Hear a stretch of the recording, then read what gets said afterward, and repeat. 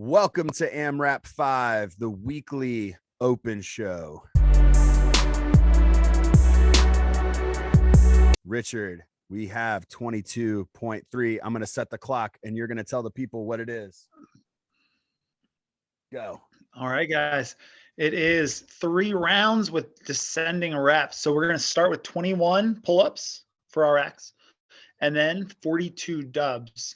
That'll take us to 21 thrusters, 95, 65. From there, the gymnastics go up. So it's 18 chest to bar, 36 double unders, and 18 thrusters now with 115, 75 on the bar. And then the last round is 15 bar muscle ups, 30 double unders, and 15 thrusters at 135, 85, which I'll sneak a hot take in here already, is a ridiculously low percent male-female ratio, but it's fine. It should be 135-95. Come on. Key to remember, though, guys, tiebreakers after each round. So when you finish the thrusters, that is a tiebreaker. So if you're not going to finish, make sure your judge, you know where that is. Mm-hmm. Yeah, I think that 135-85 is also just loading, trying to figure out how you're going to load plates. That's probably the reason that's there. Yeah. 12-minute cap. Yeah, no, I'm going to make, 12-minute cap.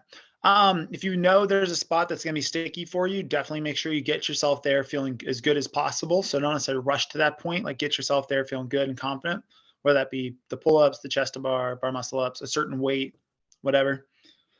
Some logistics about the standards. Probably the biggest standard is someone can change your weights for you, but it makes it clear, like, but they can't do anything else. So like, you shouldn't have your judge moving your bar in this still. Wherever you put the bar, just load the weights there, I guess. Yeah. So the weights can be loaded by not necessarily your judge, because your judge should be judging you, but if you have a secondary person, or if you're taking long breaks, one of those that gets tough for Friday Night Lights. Yeah, Friday night. We've already started talking about how we're the logistics of all of that.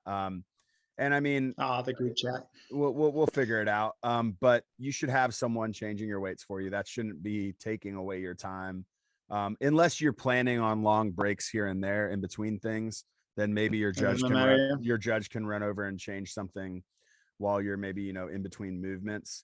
Any other particular standards that stood out to you? There are some barbell 8 feet from the rig. Oh, go ahead. Yeah. That was the big one. The rope in the middle. Other than that, it's all pretty straightforward as far as movements. You guys have done a lot of thrusters and pull-ups. Yeah, there is tie break times. So that doesn't, I guess what I would say is, if you know for a fact you're not going to get a bar muscle up, like you're just like, Justin, I know it's not happening. This isn't going to be my day to do that.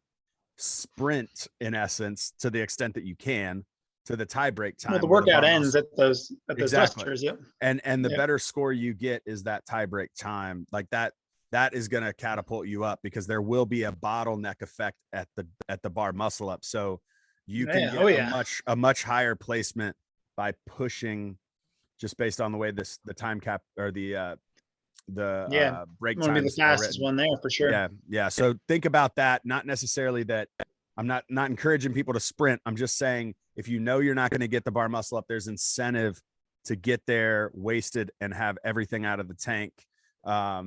If you think you're going to get a bar muscle up, I think it's reversed though. I think it's get there feeling good. You can get there faster. You can get there fresh. And I think trying to get there with you're not going to get there fresh, but a little more fresh than maybe you would in a typical something in the tank. Yep. Saving it. Yeah. Some of the scale. Make sure if you have masters athletes, the masters RX is basically scaled, but with double unders, and then they're scaled as lighter. That was the only other detail. Yeah. Rest of it. Scaled is jumping chin over bar, and then into jumping chest to bar, and then into just pull-ups, I believe, from what I looked at earlier. No Kramer to kill it. Yeah, he's gonna crush it. I think and then the weights are a little bit different there. But all the standards are available. After seeing the elites go, it's kind of an all-out sprint for the elites, and it's all just about transitions for them, I think. And if they're gonna go unbroken on the muscle ups, I think for the Yeah, rest of before us, everybody it's else, you saw what happened to those guys. yeah, it's Four and a definitely half minute lead. yeah.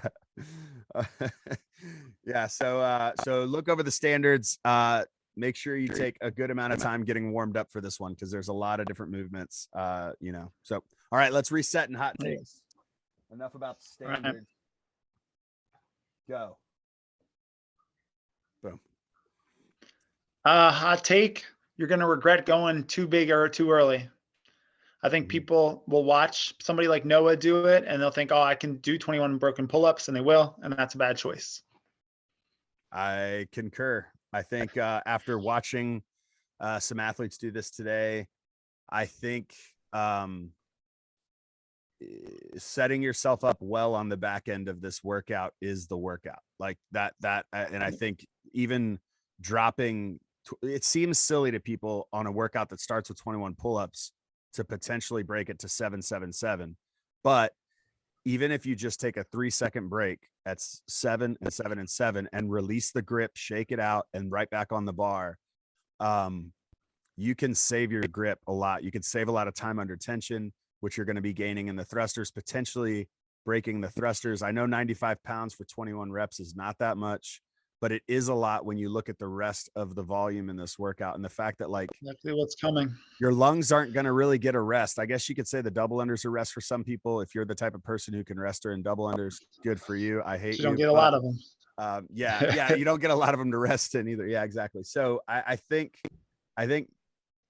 smart breaks will actually make your time faster than a break catching you because you have to. Like that's I think the way of thinking about it. Like you control the breaks. Don't let the fatigue kind of be in control. I think in this one, it's going to be really key for people, like, especially if it's not their best position, like warm up your front rack. Like inefficient thrusters here are going to be so much more energy demanding than good front rack position where you can just really press well and like get good positions. Yeah. And I think if you don't do that in every rep, you're like holding that bar, or like almost holding that bar. And I say that with like my right arm never has a great front rack. I think that ultimately would be a good decision as far as getting yourself a little further. Yeah. And one more thing about thrusters that I think is really important. If you're in the mindset of like, I want to go unbroken or really big sets, but your thruster speed starts really slowing down. Like it's just this, like, it's just grind. You're not really popping the hip and it's like your shoulders. Yeah. It's better to drop the bar, take a couple breaths and keep the thruster speed fast because your body is doing less work. And I think a lot of athletes are like, I just need to hold on for these next 7 reps. I'm almost there. And it's like actually dropping the bar, taking 2 deep breaths, picking it back up and having a faster speed. Again, I'm not saying break if you think you have the capacity to hold on. But like if that speed is going half of the rep speed of what you would normally do, you gotta refresh. You gotta refill. And it's not just the capacity to hold on; it's the capacity to continue on afterwards, right? Yes. Because the workout doesn't end on that set. You know, if it is the last set, hell yeah, whatever. Yeah. But you know, for a lot of times you have to consider it's the capacity to continue on. Like, yeah, you can do this set unbroken, but can you do what's next? Yeah. I mean, go get your first bar muscle up if you don't have one. This is a great workout to just like pace yourself all the way to the bar muscle ups and give yourself maybe, what do you think, 4 minutes? I mean, it depends on obviously the athlete, but you might have 4, 5, 6 minutes to. You'll at least have hopefully a minute or two. Yeah. For sure. To try something. So, I mean, that's a really cool, the way this is written. It's cool to see that like we're probably going to see some people get their first bar muscle up. Also, I just think what was that? I had a point. Oh, warm up really well. Well, and I mean, I think we're going to be thinking a lot about pulling, but really getting your hips open. Like I think that's what because in this, I think most people are going to be thinking the gymnastics because there's so much, even though they left toes to bar out. And we're still thinking of this might be a new movement in the open for RX pull-ups because I don't think just chin over bar pull-ups have been in the open. Yeah. I'd have to go back and double check that, but they've been in scale divisions, but never in RX, I don't think. But make sure you don't sleep on the thruster. The thruster is a lot of work in this workout. Like it's not. That's a lot of weight as it gets heavier. Yeah. It's a lot of reps and weight. Like I think that it definitely adds. Even watching it earlier today, by that last third bar, your legs are pretty well crushed, even though your shoulders have been doing a lot of work too. So yeah. Final words. No, You it got adds 8 up. seconds. Go, Richard. Drop some knowledge on him. Have some knowledge.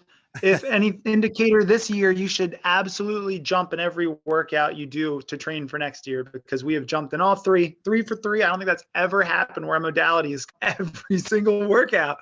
Bound all the time, people. Get those calves juicy and large. And make sure to take the CrossFit programming certification where they tell you not to do things like that. Yeah. It's a great cert. Highly recommend. I enjoyed it. It was one of my favorites. Yep. All right. Crush it, guys. 22.3. You're going to do awesome. Get that first bar muscle up. Maybe that first chest to bar. Maybe that first pull up. Who knows? You're going to crush it. And Kitty's giving you a high five. I'll give you a high five back. Peace.